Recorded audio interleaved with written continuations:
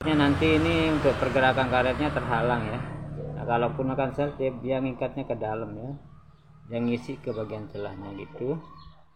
Nah, jadi untuk pergerakan karet manifolnya ini, maksud saya karet vakumnya ini tidak terganggu ya. Itu oke, udah kuat ya, udah tidak berubah posisi lagi.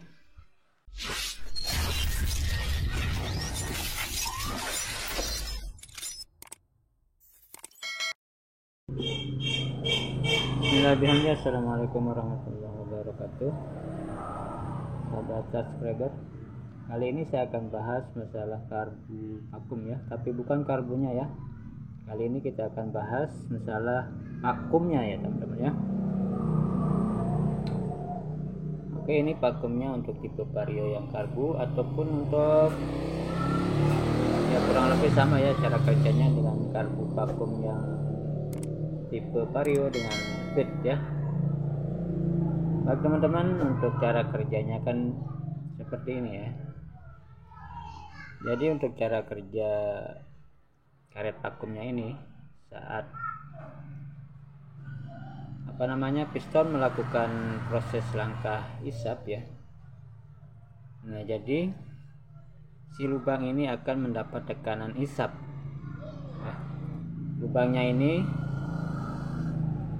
mendapat tekanan isap yang disalurkan ke atasnya sini ya. Bagian atasnya ini kan ditutup seperti ini ya. Maka di sini tidak boleh ada celah ya. Ini tidak boleh ada celah, kebocoran ataupun sejenisnya ya.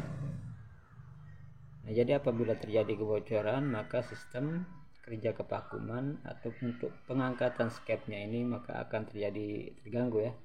Itu bisa disebabkan karena atau bisa dirasakan seperti kayak tarikan awal kurang respon atau sejenisnya. Nah, jadi untuk mengatasi hal tersebut diusahakan saat pemasangan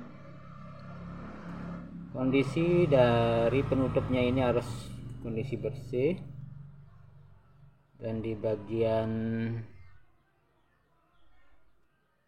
karet vakumnya ini juga tidak boleh robek ya. Dan usahakan bagian lubang isapnya ini ya teman-teman ya, ini mengarah ke depan atau ke arah manifold ya, jangan sampai menceng ke samping ataupun ke belakang. Ini juga bisa menimbulkan saat tarikan saat nanjak itu tidak mau laju ya, kalau posisi lubangnya ini berubah ya dari samping atau di belakang. Nah, ini harus diperhatikan ya teman-teman.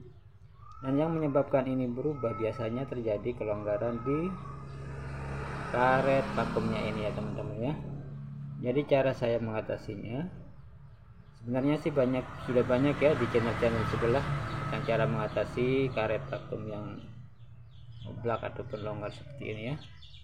Biasanya mereka menggunakan karet, tapi kan nyari karetnya itu kan terkadang sulit ya.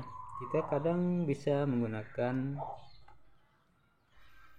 nih ya teman-teman ya, kita bisa gunakan selotip, tapi ini diposisikan dulu ya, lubangnya ini mengarah ke depan, ininya kan biasanya di samping, disesuaikan dulu, diposisikan dulu di vakumnya di karbunya, nanti posisi lubangnya ini mengarah ke depan ya. Oke, saya posisikan dulu ya teman-teman ya.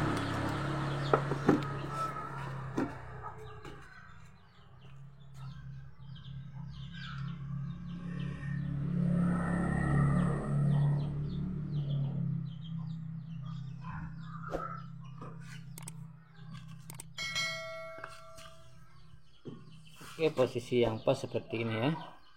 Ini untuk tonjolannya ini kan sudah ada dudukannya di situ. Nah, posisinya seperti ini dan lubangnya ini mengarah ke depan atau ke arah manifoldnya ya. Oke, kemudian kita lipat seperti ini. Nah, kita ambil kemudian ininya ya. Ini selotipnya ya. dan kita lilitkan di celahnya ini ya. Ini kita dulu ya. Nah seperti ini ya teman-teman ya. Nah ini kita lilitkan seperti ini. Ini sebenarnya tujuannya untuk mengikatnya aja ya, biar dia tidak berubah posisi aja. Dan ini juga tidak menghalangi dari pergerakan karet vakumnya ya, kalau kita bandingkan dengan kadang kan teman-teman ada juga yang gunakan benang atau karet ya, tapi posisi karet kan dia lebar ya, jadi nanti takutnya terhalang ya, maksudnya nanti ini untuk pergerakan karetnya terhalang ya. Nah kalaupun akan selotip dia ngikatnya ke dalam ya, yang ngisi ke bagian celahnya gitu. Nah, jadi untuk pergerakan karet manipolnya ini, maksud saya karet vakumnya ini tidak terganggu ya. Itu oke, udah kuat ya, udah tidak berubah posisi lagi.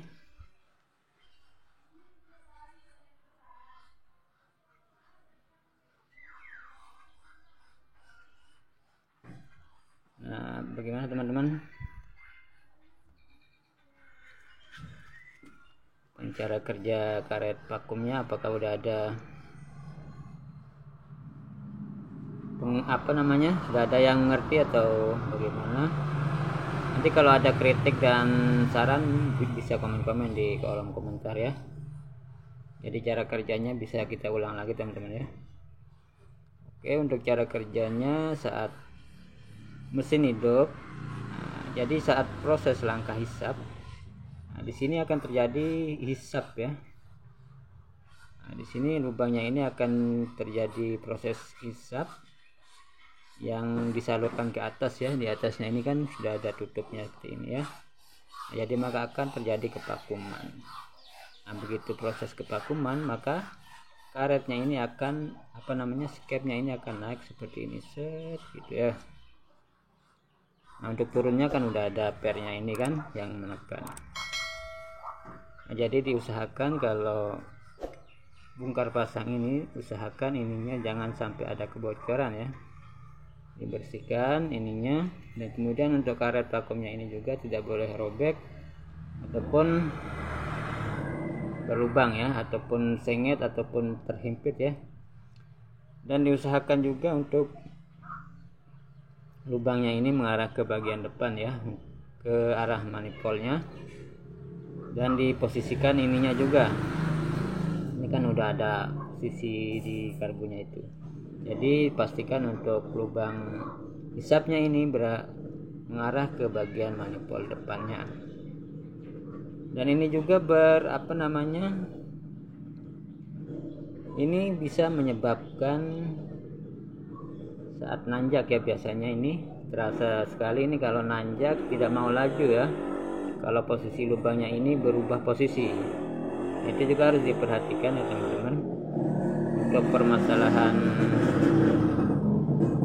karbu vakum yang kadang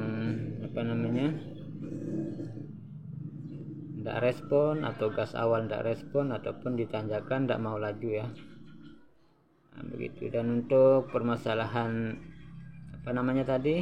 karet vakumnya suka pindah-pindah, nah, kita bisa menggunakan atau kita selipkan selotip ya di bagian celah atas untuk mengikat karet vakumnya ini agar tidak berubah posisi. Nah kalau berubah posisi itu yang bisa menyebabkan untuk akselerasi awal ataupun saat tarikan berat dia tidak mau laju. Baik teman-teman, itu saja untuk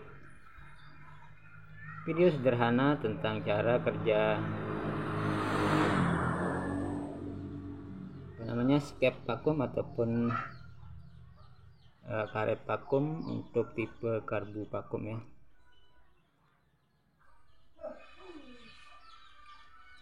Baik teman-teman, kurang lebihnya mohon maaf. Jika ada kritik dan saran bisa komen di kolom komentar ya. Baik, itu saja untuk video sederhana, semoga bermanfaat. Jangan lupa dukungannya untuk subscribe, komen, like, dan share. Sekalian notifikasinya diaktifkan teman-teman. Terima kasih. Salam otomotif.